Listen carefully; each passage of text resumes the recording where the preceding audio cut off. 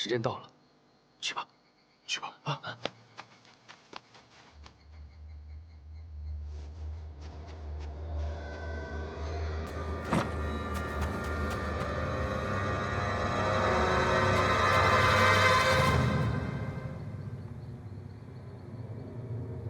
包大人，这群绑匪会来吗？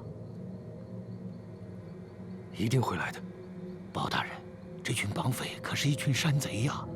你那帮衙役能打过他们吗？如果打不过他们，我就人财两空了。我还是把银子拿回来吧。哎，陈员外，陈员外，陈员外，陈员外，请你稍安勿躁，我一定会把你的儿子给你带回来。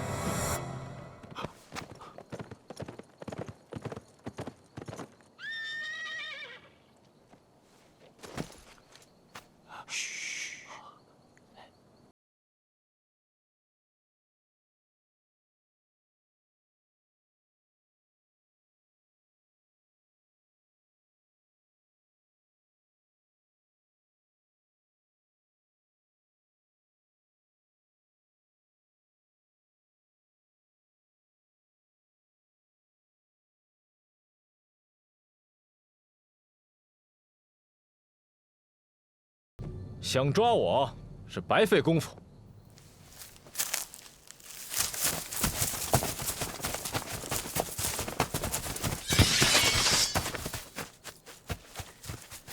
好你个贼人，竟敢绑票勒索！快给我们回府衙！你银子都拿了，快还我儿子吧！去你家米仓里找。你家墙高人肥，我不会费那个功夫。啊，赶快回家！哎，快走！哎，快！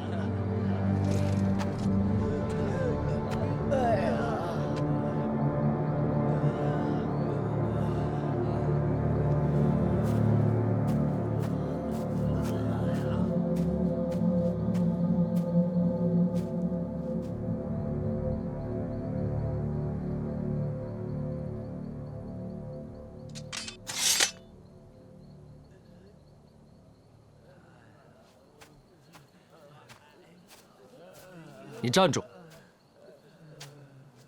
我知道你是谁。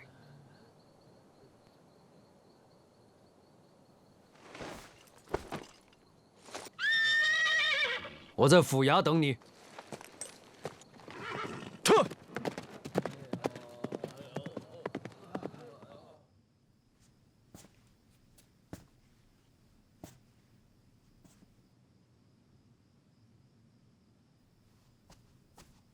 大人，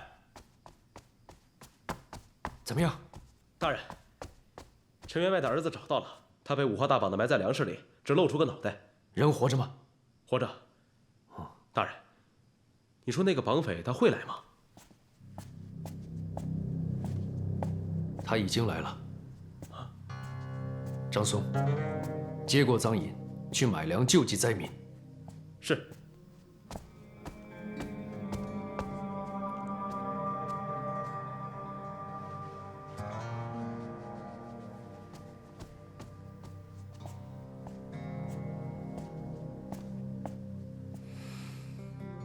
包大人怎么确定我会来这里？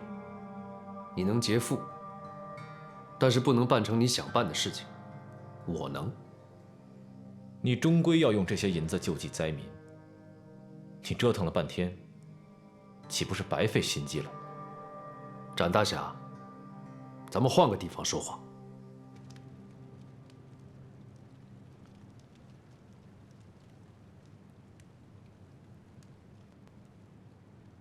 你是怎么认出我的？绑票但不图财，左手剑使得好，我曾经见识过，只是没有想到堂堂南侠也干起绑票的生意。包大人为什么要跟我在这里谈话？府衙里其他地方都住满了灾民，只有这地方空着。你是想关我入大牢吧？你绑架勒索，犯了律法。包大人，我绑票是为了什么？赈灾救人。陈员外为富不仁，见难民饿死不救，算不算犯了律法？救与不救是他的自愿，不能强迫。饿死难民，朝廷算不算犯了律法？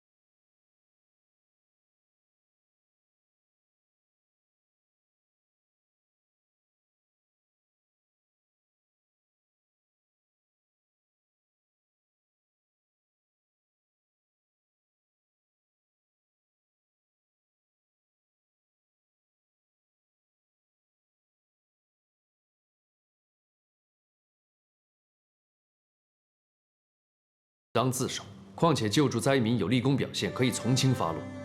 你已经在牢里待够时间，可以出狱了。展大侠，现在知道我为什么要在这里跟你谈话了吧？我没有痴心妄想。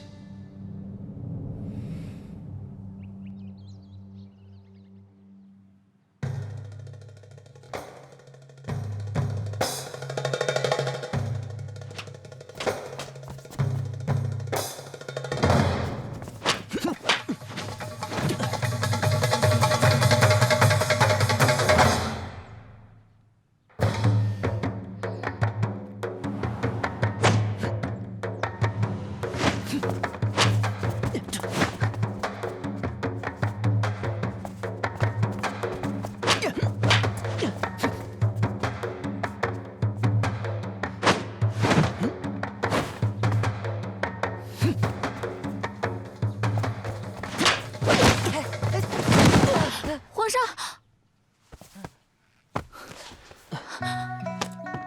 皇上，皇上，您没事吧？蓉儿，你怎么这么不小心啊？皇上，您看青女都担心您了。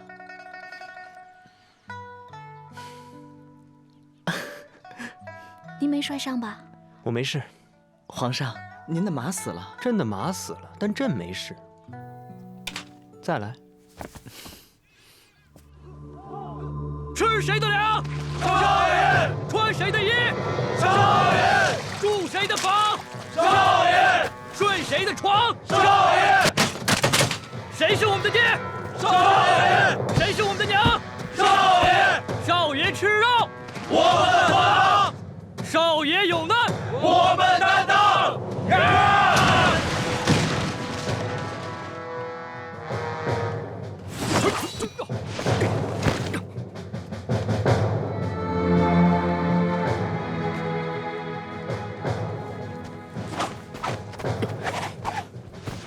少爷，少爷，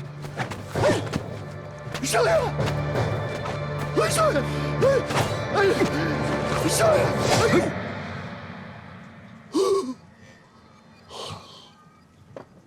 我就是把剑拿出来玩一玩，看把你急的。少爷，主人千叮咛万嘱咐，不许你碰这把剑，更别说拿出来玩玩了。你想玩玩，你干脆拿老夫我的命去玩玩。不就是老皇上死前赐给我爹的一把宝剑吗？日儿都没开，他将来终归是要我使唤的。少爷，你放心，这把剑等将来以后，老夫我一定交到你的手里，让你使唤。我爹呢？主人被太后召进宫里去了，说是有要事商量。他们有什么好商量的？走了。哎，少爷，少爷！两位大人，这些年朝廷上下有2位大人把持着，大宋天下安安稳稳。哀家先替皇上谢过2位大人了。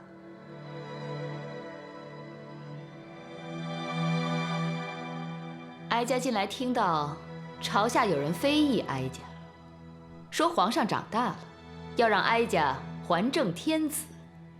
不知2位大人听到过没有啊？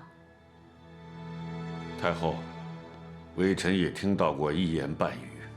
这天下本来就是赵家的，哀家这些年尽心尽力辅佐皇上，勤勤恳恳地为赵家看护江山。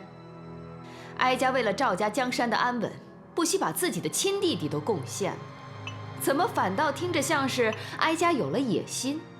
哀家这心里边啊，真是觉得委屈。有些人真是见不得安稳，唯恐天下不乱。你是说本相在背后怂恿吗？王大人，我可没说您，是您自己往身上揽的。本相比你还怕天下大乱。哼2位大人，就算没人说，这个事儿也摆在那里，大家都心知肚明。现在皇上长大了，哀家想听听2位的意思，究竟该怎么办？宰相大人先说。还是先听听皇上的意思吧。王大人，如果我没猜错的话，您年轻的时候一定是踢蹴鞠的好手。彼此彼此。今天哀家召见2位大人过来，有一件重要的事情想与2位大人商议。想必这件事情2位在心里面早已琢磨过了。既然你们不说破，那哀家来挑破。皇上该大婚了，张大人家的千金，王大人家的孙女，哀家都喜欢。只有这2位才能配得上皇上。可是只能有一个人母仪天下，这碗水如何端平，哀家可真是为难了。所以想听听2位的意思。太后，臣觉得这个事情，还是应该先听听皇上的意思。哀家也是这么想的。哀家想着说，把他们2位接进皇宫中，封他们为美人，让皇上跟他们熟悉熟悉。至于封谁为后，咱们还是听皇上的。2位觉得如何呢？既然是皇上的事情，那就由皇上来决定吧。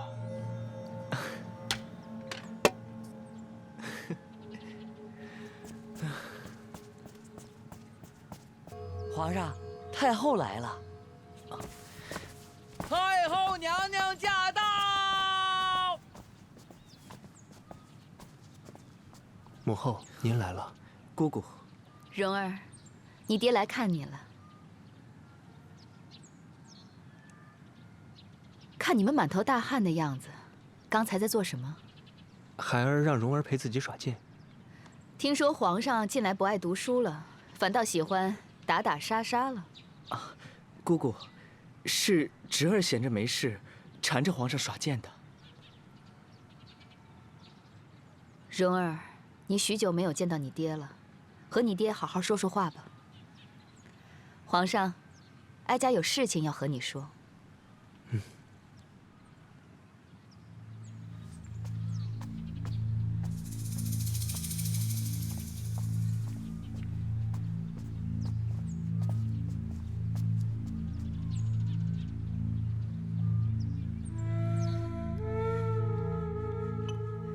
皇上，不知道你最近听到了什么吗？娘，孩儿不知娘指的是什么。朝下有人议论，说皇上长大了，让娘把江山还给皇上，由你来打理。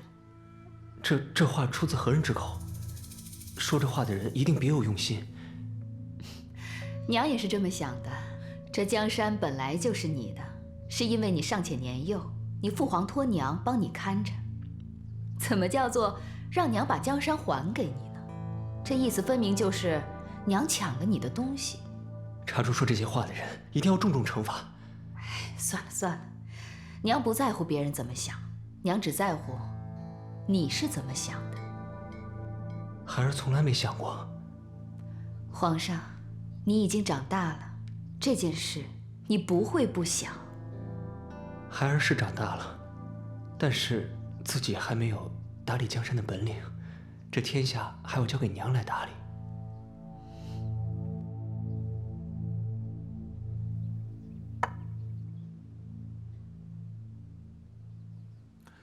太后说你和皇上越来越像亲兄弟了。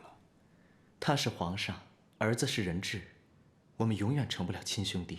太后喜欢你，把你当亲儿子看。太后喜欢儿子，是因为儿子有一个好爹。蓉儿，你是不是一直记恨爹，把你留在宫里？爹，儿子的命是您给的，您让儿子做什么都是应该的，儿子没有理由怨你。那你知道我为什么把你留在宫里吗？那是因为我想……爹，我哥和我娘还好吗？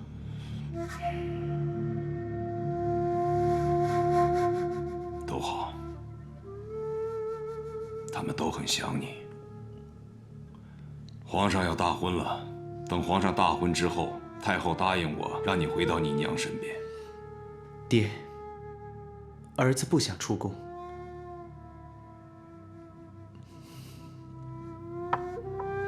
儿子想留在宫里。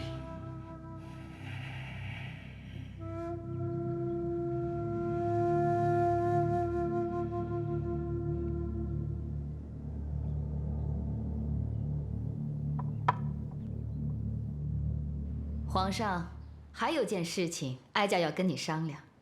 这要打理国事，首先得打理家事。皇上该大婚了，娘想听听你的意思。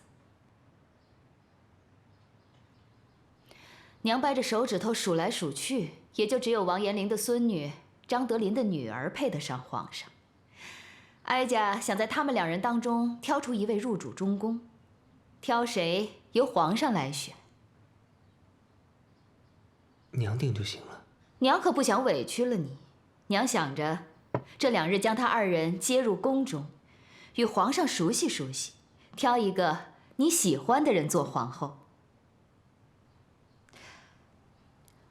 皇上，你为何不说话？孩儿知道了。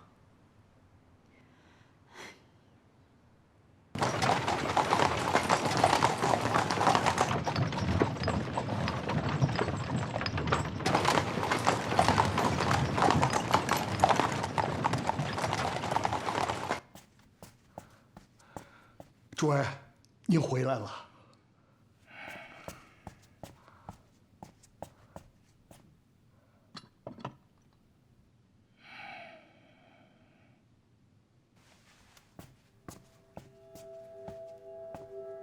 主人，您不高兴了？我去见了蓉儿。二少爷可好啊？很好。人长大了，跟我是越来越陌生了。我总觉得他心里透着一股怨气。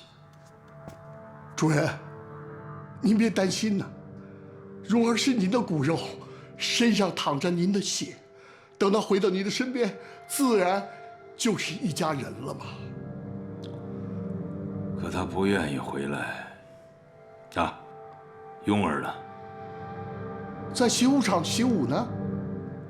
带着他那帮虾兵蟹将。庸儿越来越像当年的您了，霸气不服输，把他那帮人马调理的是有模有样的，是个帅才啊！哼，年少轻狂，目中无人，早晚会吃大亏。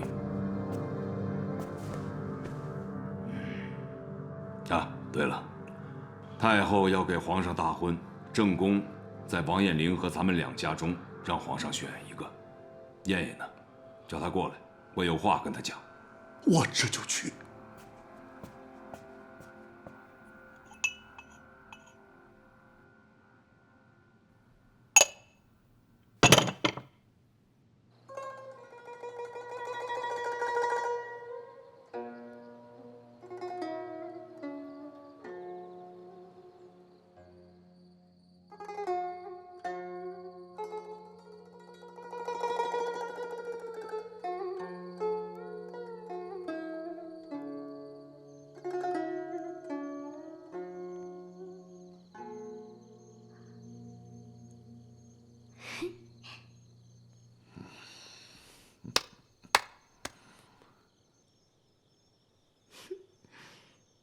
好听。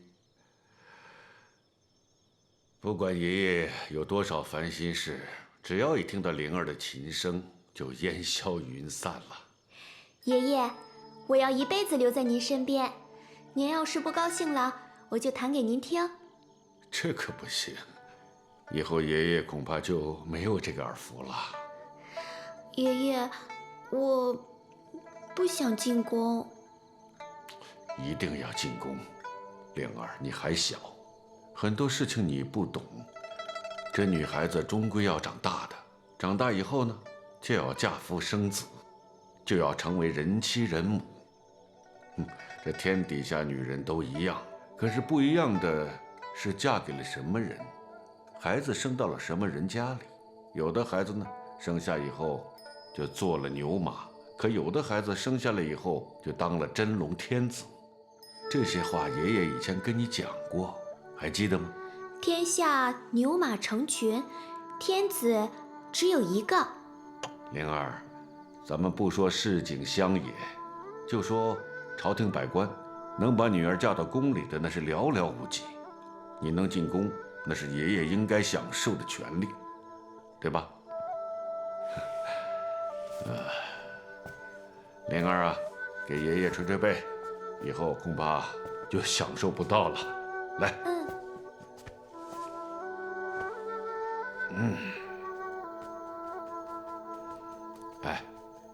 这边。进了宫以后呢，一切都要靠自己了。我和张德林斗了半辈子都没有输给他，你也不能输，一定要讨皇上的欢心，一定要做一个一人之下万人之上，母仪天下的皇后。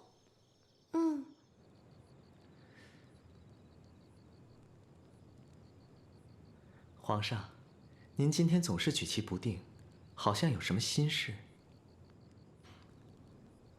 你的心思也不在这棋盘上。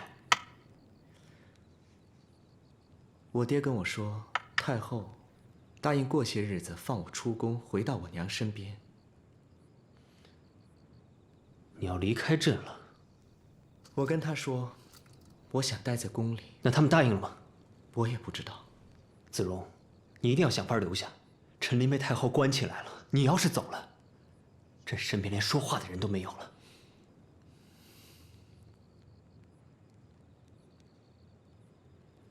皇上，太后跟您说了什么？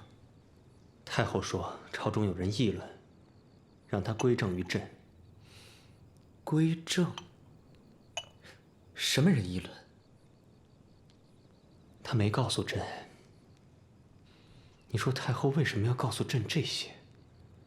她想试探您。朕也是这么认为的。那皇上是怎么回答的？朕说还没有独自打理江山的能耐，江山还得靠他打理。皇上回答的巧妙。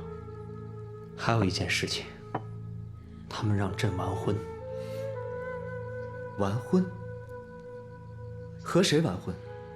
一个是你爹的女儿，一个是宰相王延龄的孙女。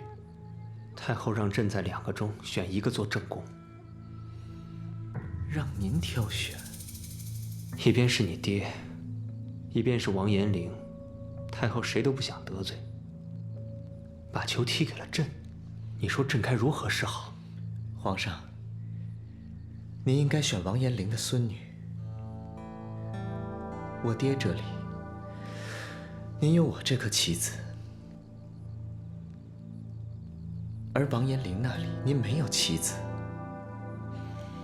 皇上，这是个机会。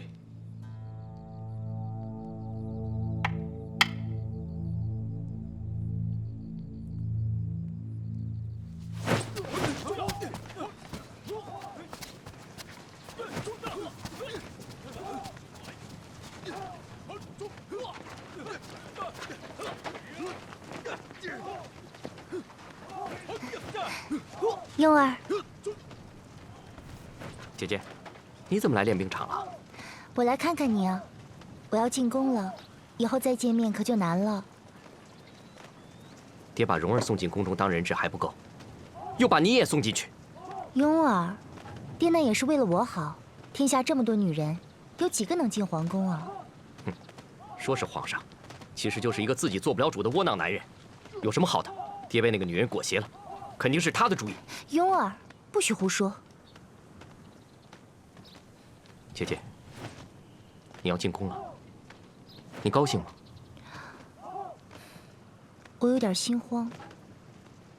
正宫还不知道皇上会选谁，我怕输给王延龄家的孙女，给咱们张家人丢脸。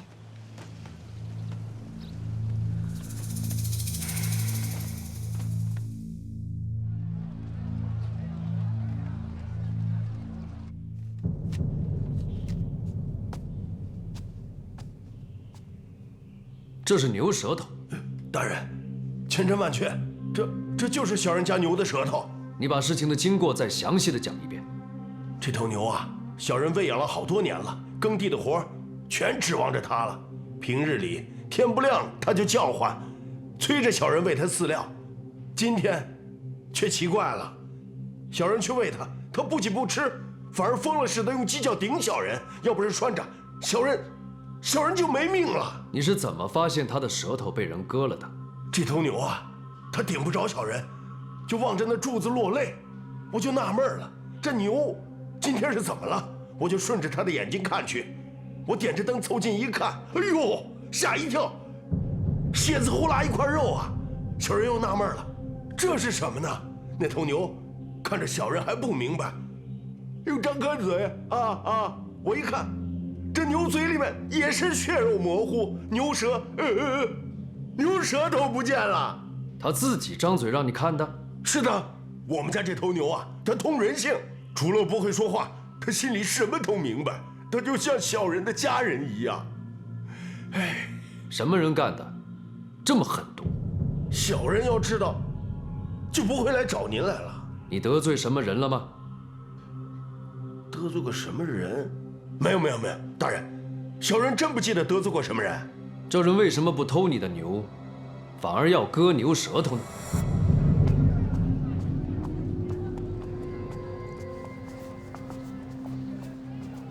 这牛没了舌头，还活得了吗？活不了，不疼死，也会饿死啊！你这就回去，将牛杀了，别让他受罪了。哎，大人，小人可不敢。这厮杀耕牛是犯王法呀，是重罪，可不能杀牛啊！牛已经活不成了，有何不敢？听我的，将牛肉分给全村人吃了。大人，你这不是害小人的吗？不是我，是有人要害你。你要想知道这人是谁，就照我说的办。那然后呢？然后全村人就都知道你杀了牛，把肉给分了。那再然后呢？割牛舌头的人就会到我这里来告你。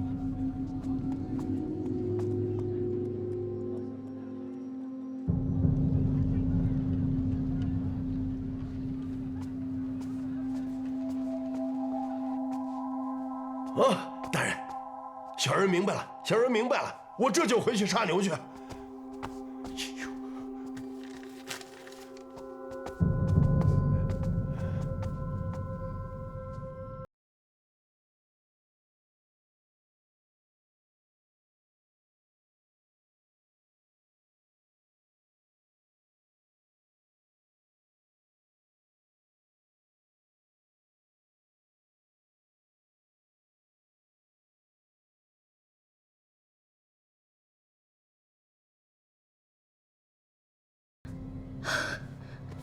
保长，换个地方说话。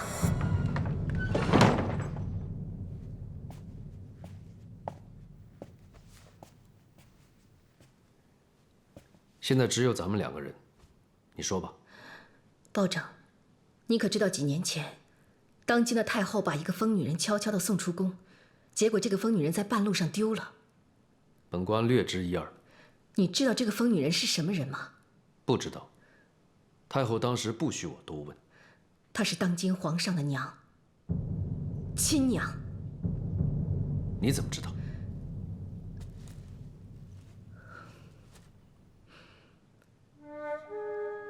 这个女人没有疯，她只是装了几年疯子。你是？是我。知道你在说什么吗？知道。知道如果说的不实会是怎样的结果吗？丢掉身家性命。如果说的是真的，知道对皇上、对朝廷意味着什么吗？一时激起千层浪，刚刚平静了几年的朝廷，又要搅开了锅。我只是想让皇上知道，他的亲娘还活着，好让我们母子相认。你就单凭着肚兜证明你是当今皇上的亲娘？陈琳公公，当今的太后、太妃，还有曾经伺候过我的宫女们，她们都可以证明我的身份。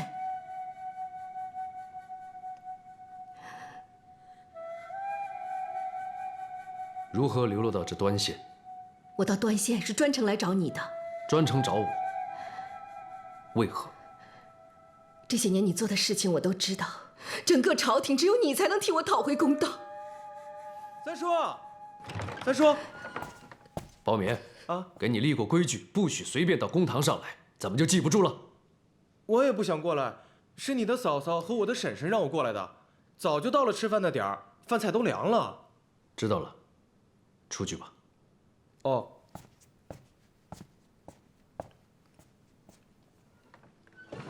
一个人来的端县，住在哪儿？没有住的地方。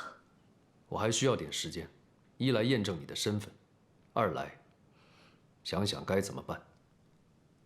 这段时间你就暂时住在我家里，但不许跟任何人提起你的身份，包括我的家人。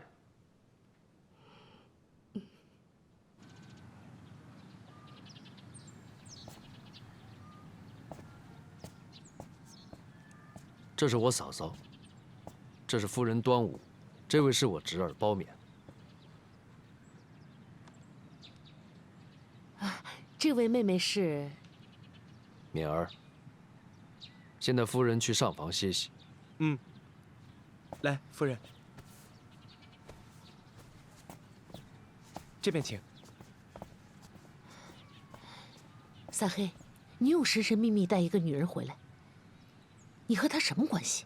嫂嫂，端午，这个女人非常特别，我不能告诉你们她的身份，你们也绝不许打听。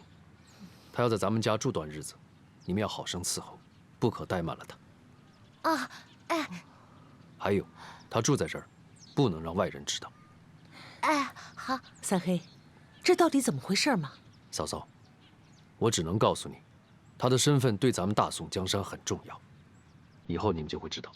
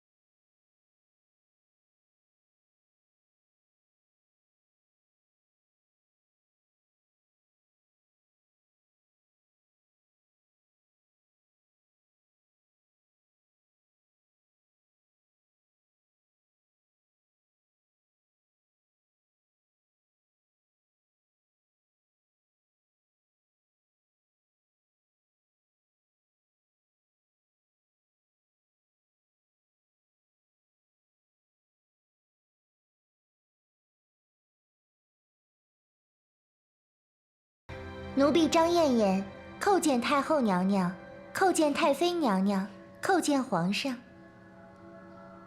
奴婢王灵儿叩见太后娘娘，叩见太妃娘娘，叩见皇上。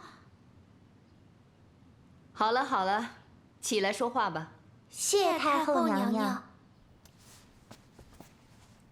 你们两个各自说说自己，谁先开始说？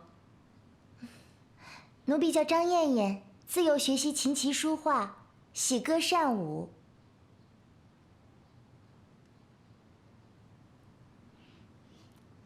灵儿，你说说。奴婢王灵儿，今年14岁，自幼爷爷教奴婢吟诗作画，奴婢还会。好了好了好了，你不用说了，还是个小孩子，不用那么紧张。以后啊，咱们大家伙儿都是一家人了。妹妹，今儿个是8月15，这开封城里有灯会，咱们一块儿去观灯赏月，去民间看戏听曲，你看可好？好啊，妹妹好久没有出宫了，不知现在开封城变成什么样了。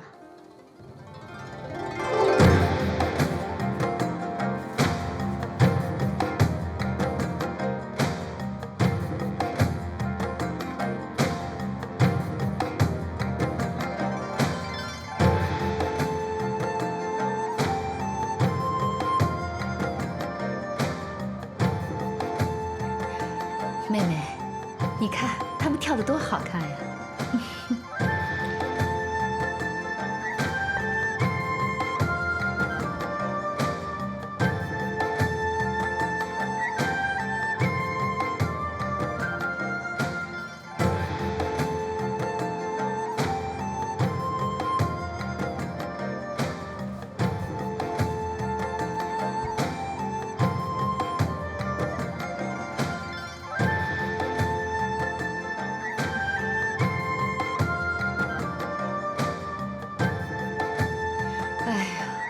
哀家都快忘记上次出宫是什么时候了，这整日关在宫里边，也快忘了民间是什么样子了。姐姐说的极是，妹妹也快忘了。猛地一出宫，眼花缭乱，看什么都新鲜。姐姐，和宫里比起来，妹妹突然觉得外面才是天上人间。哀家也有同感。夏怀敏。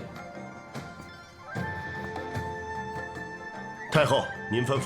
以后由你护驾，经常带着太妃娘娘四处走一走。这整天关在宫里边，真的也就不食人间烟火了。遵命。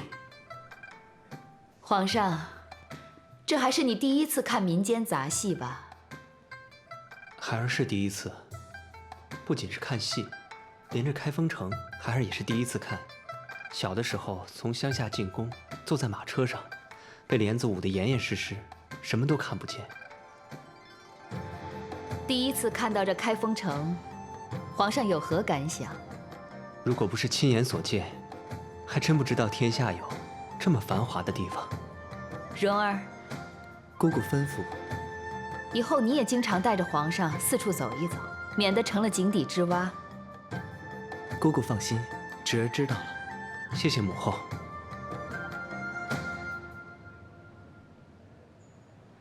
郭槐，奴才在。下面是什么曲目？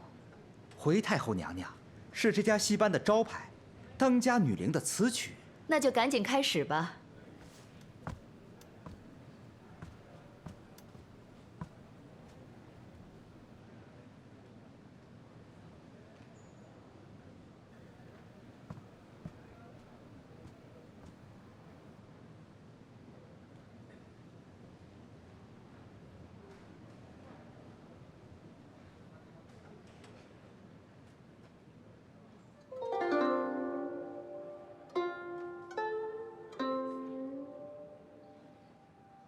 春花秋月何时了？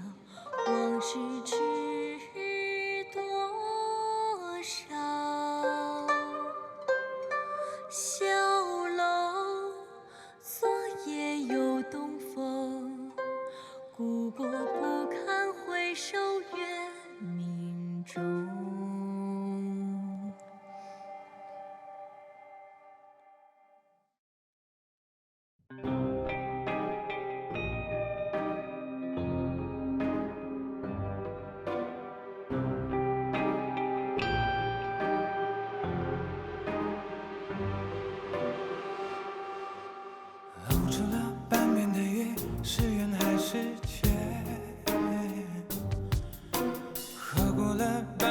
久，时空还是慢。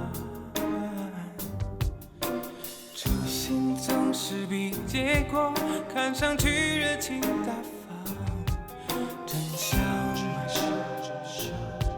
从来就简单。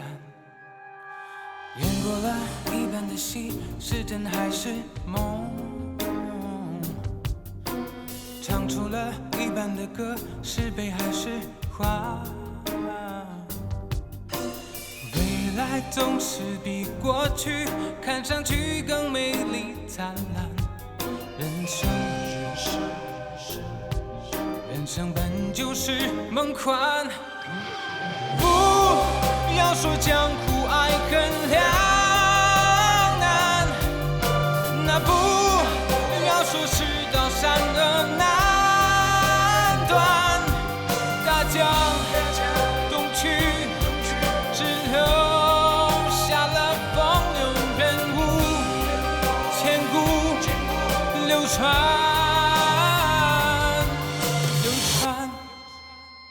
演过了一半的戏，是真还是梦？唱出了一半的歌，是悲还是欢？未来总是比过去看上去更美丽灿烂。人生本就是梦宽，不要说江湖